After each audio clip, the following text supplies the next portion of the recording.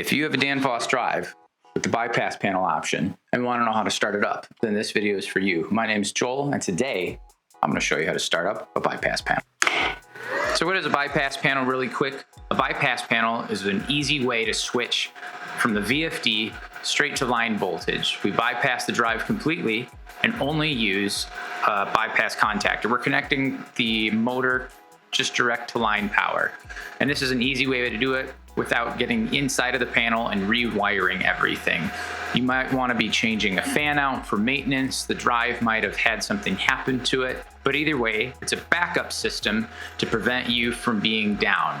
You also have the ability to stop and start the drive or the bypass section all from this EMB2 board.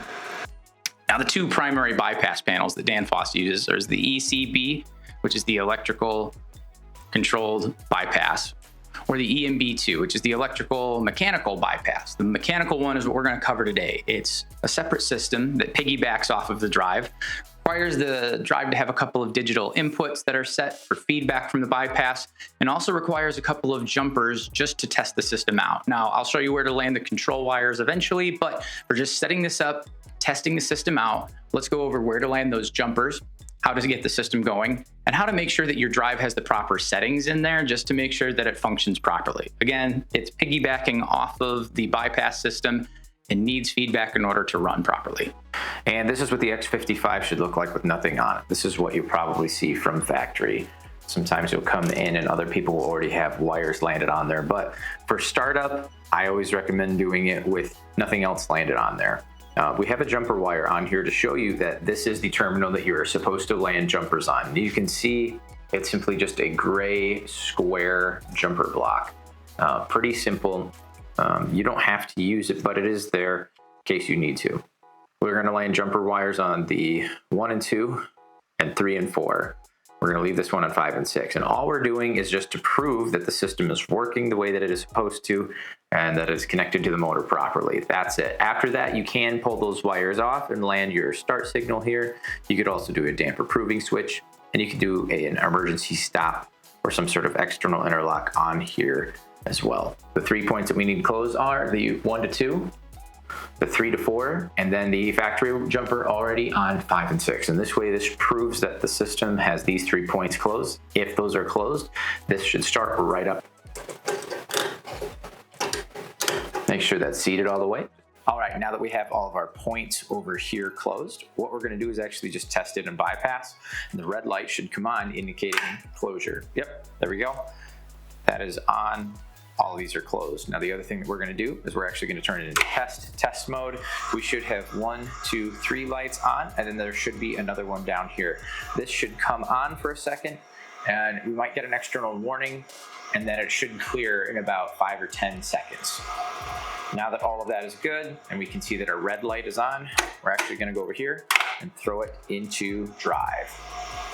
Now, in order for all of this to work, a couple of things to go over really quick. Terminal 18 at 510, that should be set for start. This is where 3 and 4 jump over to and send 24 volts back to.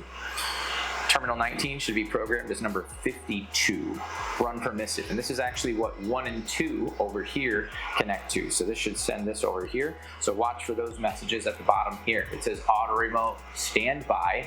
That means that we don't have closure over here. That sends the 24 volts back to 18.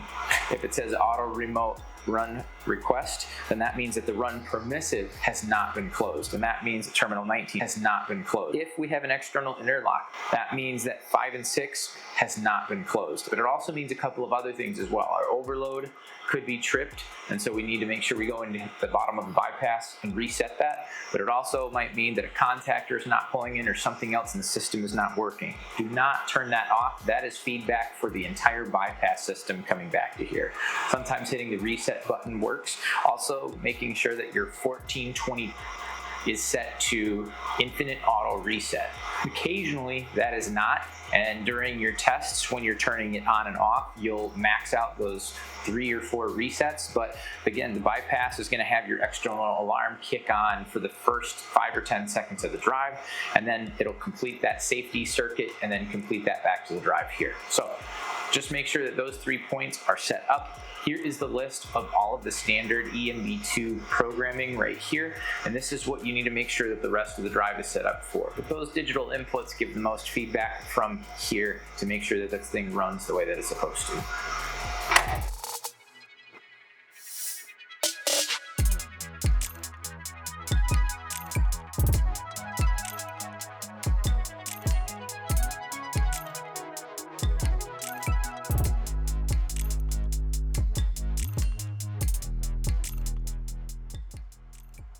And that's how you start up a bypass panel. And once you're done testing this out, you can actually remove these wires and put in your control wires there. Again, this is only for test, just to make sure everything in the system works. That's how we recommend doing it. It's also how we troubleshoot. But if you get stuck and need more help, you can always give us a call at tech support at 1-888 Danfoss, or we have a brand new My Drive Assistant that actually has a lot more detail and even has troubleshooting guides if you get stuck along the way. We're always here to help. Thanks for watching this video. I hope this was helpful in helping you get your bypass panel started up.